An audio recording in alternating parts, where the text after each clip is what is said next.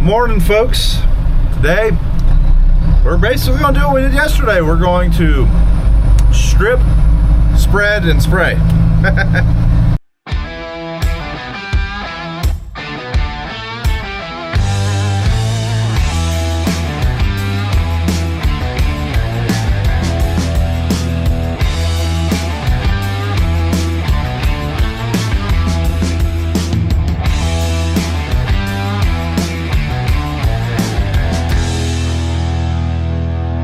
I'm heading over to a field to map. BJ and Dad are doing some logistical things with the sprayer right now, basically record keeping stuff. We had a meeting this morning, decided that Wednesday, in 2 days, is going to be the first day of corn planting. That's the plan for now. But first we want to try to get some more product applied, so that's what we're going to do. Kind of feeling like we do this every day.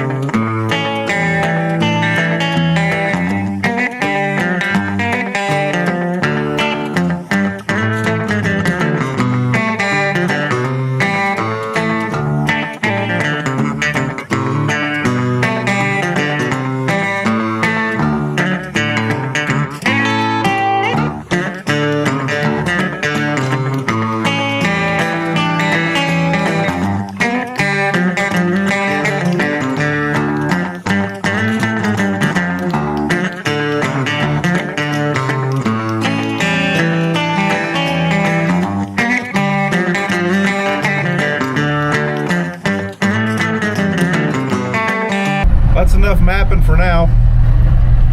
Let's go get in the fertilizer spreader. Loaded up and ready to go. Boy, we're on quite a trip to get to our field where we're running at today. Close to 2 miles on some driveways here. Driving around looking at the wheat crop and trying to keep it fueled. Speaking of fuel, you know what fuels me? A factor meal, of course. So what are we going to choose today? That's the question. Let's look at our options here. Got chili. A little warm for chili today. A little cheesy ground beef and cabbage might be a winner. Cheesy chicken breast. That's probably going to be it. Or sun-dried tomato chicken. Or a vegan mushroom marzella. I'm going to hang back on the mushrooms. I think we're going to try this cheese chicken breast. Yes. So preparation for a factor meal is simple as poking a few holes in your packaging, open your microwave, putting it in for 2 minutes. And that's it. And with over 35 meals and 60 add-ons, you always have something new and exciting to choose from. And you're able to keep your kitchen time to a minimum, that way you can stay in the shop or wherever else you have going on. For me, keeps me in the shop and in the field and less time in here. So if you would like to try Factor, head over to factor75.com or click the link in the description and use code BFV50 to get 50% off your first box and then 20% off your next month's orders. Ooh, sounds like it's mealtime. So be warned, you're going to want to hide your factor meals from your coworkers. Caught my brother in here snacking on one earlier. I was like, hey, those are mine. So if you would like to have that, worry of your coworkers swiping your factor meal, head over to factor75.com. Again, link in the description, and you can get 50% off your first order and then 20% off your orders for the next month. Well, I'm gonna eat this and get back to looking at wheat. Here's where I was running at yesterday, the last 2 days. It's 180 acres. Got it wrapped up a couple days. Wasn't really running all that hard to get it done. The strip tail bar's been cooperating. Everything's been running pretty smoothly. When that happens, you get a lot done in a day. We're going to try not to get into a boom here. He's going to give us a little room.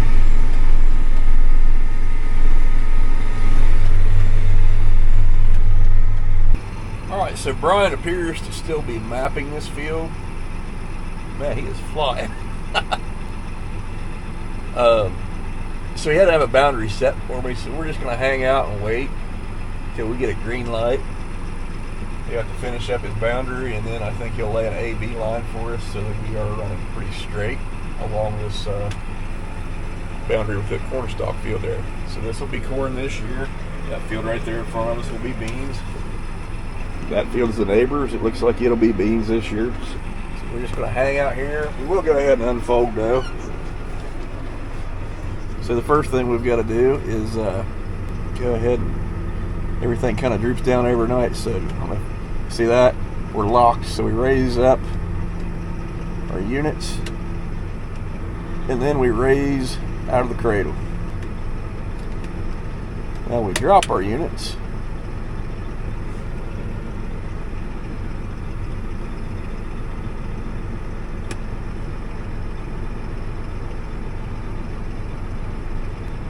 And we're gonna wait till Brian gets by. He's getting ready to come around here, so I don't want to hit him with the wing. Come on, fella. All right, now we'll finish unfolding. All right, so if you believe it, a little bit of operator error this morning. I'm blaming it on you guys because I haven't had this camera in a couple days. So, all right. First thing we've got to do is we got to raise up. There we go. We didn't do that before. We stopped as soon as those popped. We didn't let the machine come all the way out. Now, we'll fold out.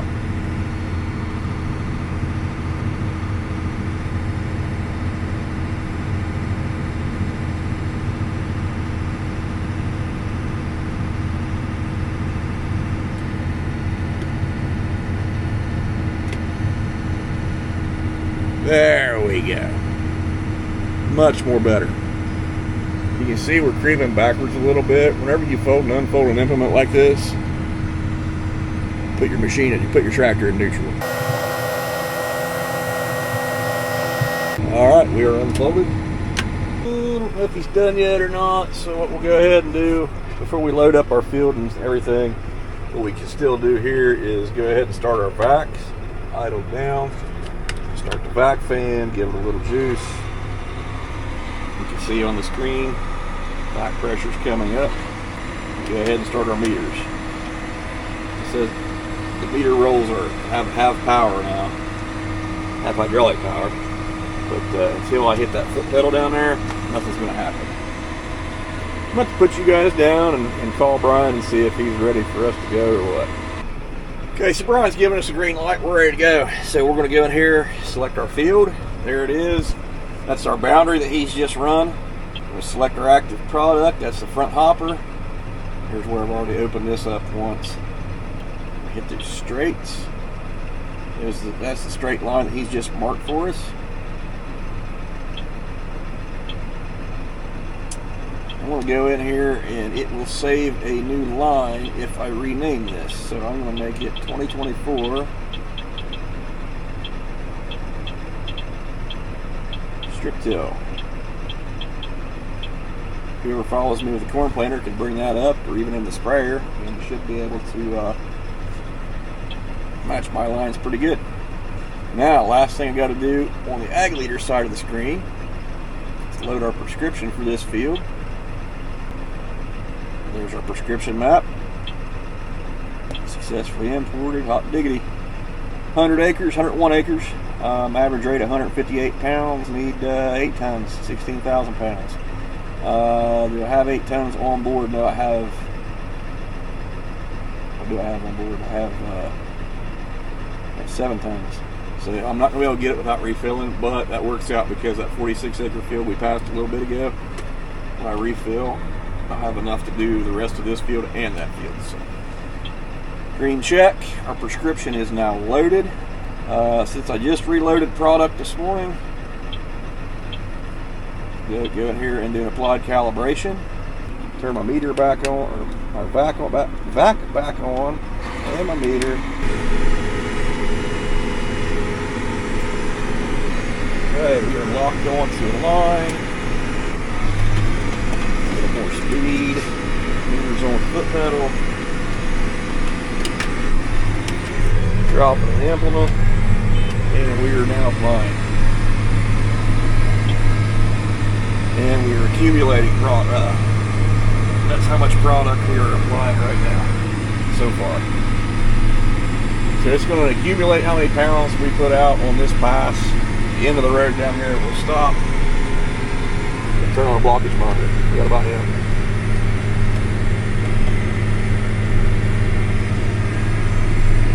So the whole time I've been running, I've had the blockage monitor go off twice. On the very first day, and we're fairly certain we had a lot of moisture in those pipes. Actually had water in those tubes where it rained during transport. After we got it cleared, let the blower run, air it out, dry it out. We haven't had a problem since. I did plug up a pipe, and I think it was the similar situation. Moisture in a pipe, first run of the day, early on in the day, and after I cleared it out, we were good to go. Since then, that guy's been quiet.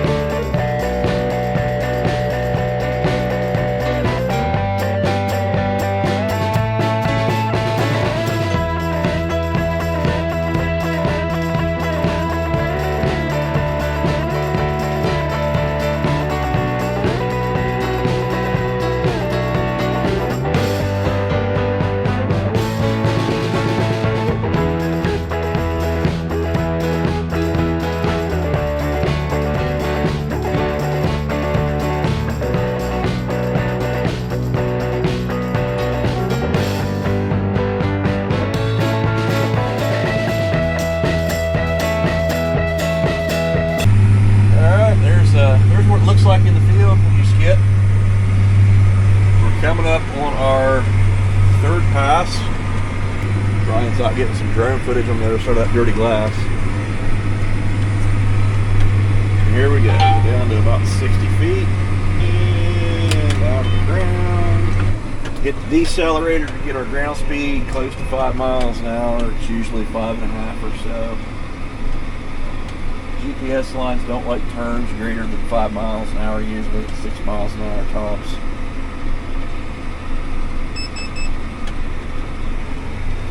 Turn us around.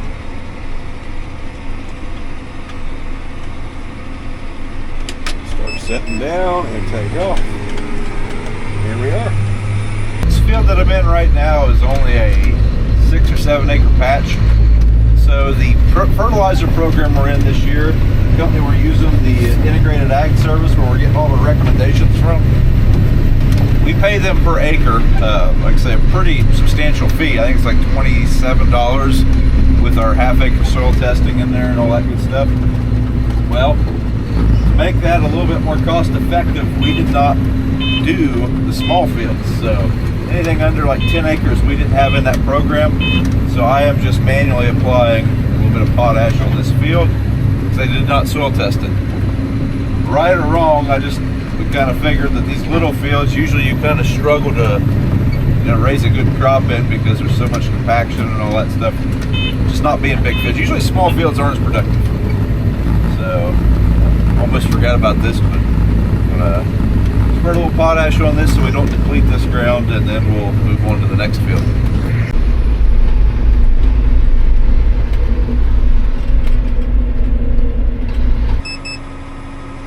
Alright, so we have run out of product after about 45 acres.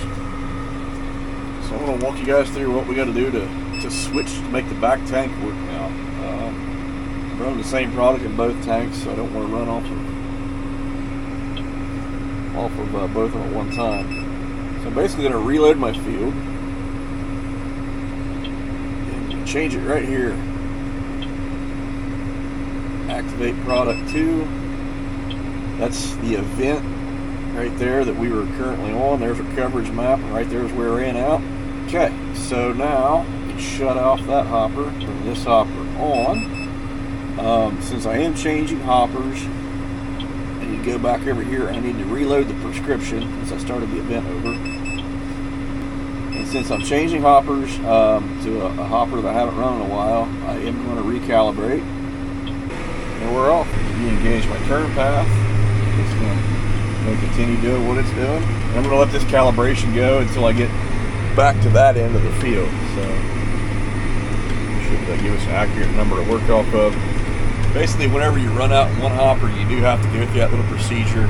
Every time I load a hopper and start fresh with it, I always do a calibration for that hopper, and that way I make sure that I'm putting down an accurate amount of material. And yeah, that's basically it in a nutshell. So now we're going to finish up the day spreading fertilizer.